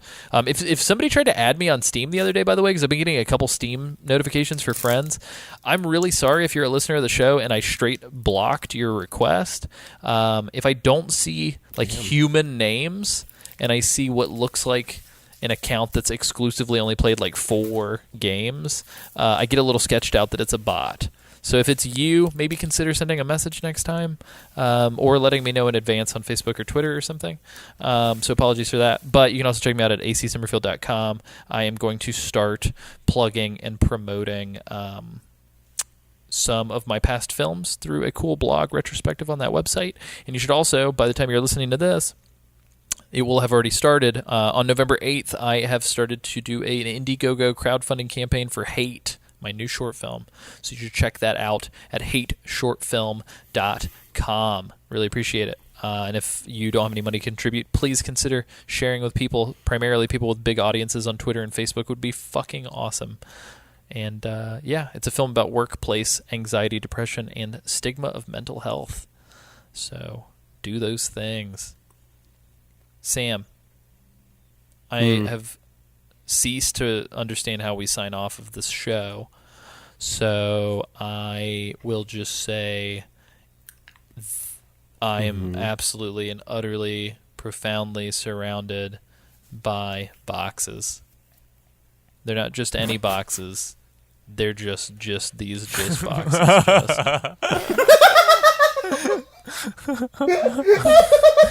Just a box.